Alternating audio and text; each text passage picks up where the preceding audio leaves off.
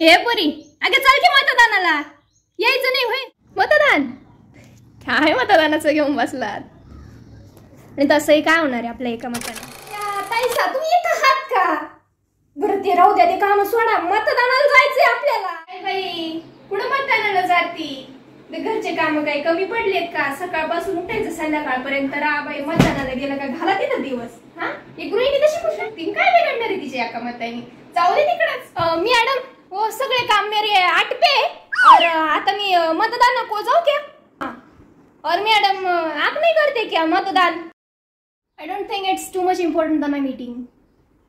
I think it's waste of time. वैसे भी मेरे वोट से क्या हो, उससे अच्छा कहीं घूम के आ जाओ. राम राम मंडळी, मी तुमचीच लाडकी गंगूबाई हो. आता पाहिलं तुम्ही, कोणी म्हणतंय मतदानाचा दिवस म्हणजे मजा मारायची, कोणी म्हणतंय मतदानाचा दिवस म्हणजे घरकाम आवरायचं, कोणी म्हणतंय मतदानाचा दिवस म्हणजे ते काय वेस्ट ऑफ टाइम. मग मतदान करायचं कोणी.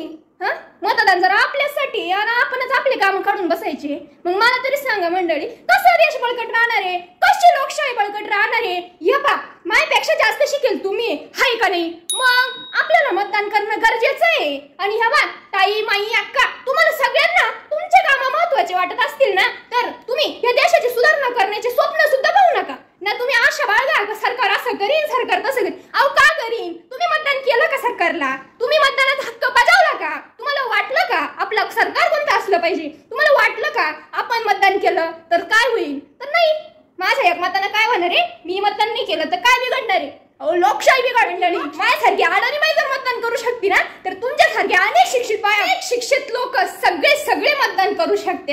हा मतदानाचा उत्सव साजरा करा तुम्ही आणि मतदानाला स्वतःहून जा. काय येते राम राम.